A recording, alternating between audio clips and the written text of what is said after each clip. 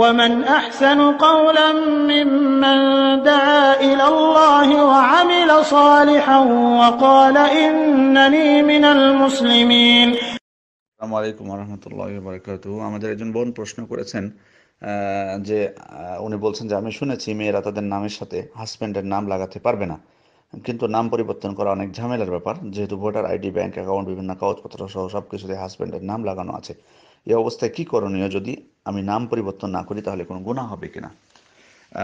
জি, আপনি ঠিকই শুনেছেন যে মেয়েরা তাদের নামের সাথে হাজব্যান্ডের নাম লাগাতে পারবে না, এটা উচিত না। কারণ পবিত্র কোরআন স্পষ্টভাবে বলা হয়েছে উদউহুম লিআবাইহিম হুয়া আকসাতু ইনদাল্লাহ।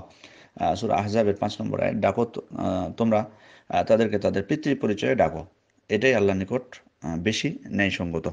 এই আয়াতের উপর ভিত্তি করে ওলামা ইকরাম বলছেন যে মানে মহিলারা তাদের স্বামীর নাম যাতে তার নামের সাথে যোগ না করে, বরং যদি যোগ করতেই হয় তাহলে তাদের পিতার নাম যোগ করবে, পিতার নাম যোগ করবে। এটাই ইসলামের বিধান।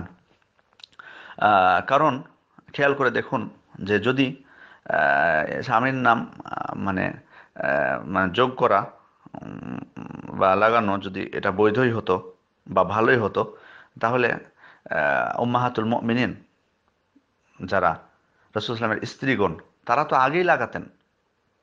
আগেই লাগাতেন, রাসূল সাল্লাল্লাহু আলাইহি ওয়াসাল্লামের থেকে তিনি হচ্ছেন সমস্ত নবীদের সর্দার, সমস্ত মানুষের মধ্যে শ্রেষ্ঠ, এবং কি সব সৃষ্টি জীবের মধ্যে সব থেকে শ্রেষ্ঠ মানুষ। সুতরাং যদি এ সুযোগ থাকতো তাহলে উম্মাহাতুল মুমিনিন রাসূল সাল্লাল্লাহু আলাইহি ওয়াসাল্লামের স্ত্রীগণই আগে নাম লাগাতেন। কিন্তু তারা কি বলেছেন? আয়েশা বিনতু সিদ্দিক বলা হয়েছে, আয়েশা বিনতু আবু বকর, হাফসা বিনতু ওমর, জাইনাব বিনতে জাহশ, জাইনাব বিনতে খুজাইমা। দেখুন, তাহলে যদি হতো তাহলে তারা বলতেন না যে আয়েশা জাওজাতু মুহাম্মদ বা আয়েশা মুহাম্মদ, এভাবে নাম হতো। কিন্তু এটা থেকেই বোঝা যায়, আরো স্পষ্ট হওয়া যায়, এটা থেকে আরো স্পষ্ট হয় যে এটা কোনো মহিলার বা কোনো মেয়ের জন্য এটা উচিত না যে তার স্বামীর নাম তা লাগাবে।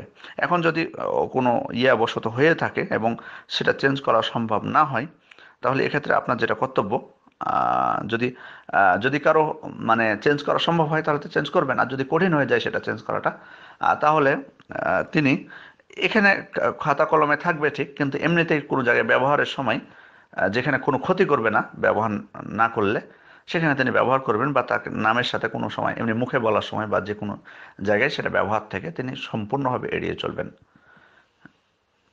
আসসালামু আলাইকুম ওয়া রাহমাতুল্লাহি ওয়া বারাকাতুহু।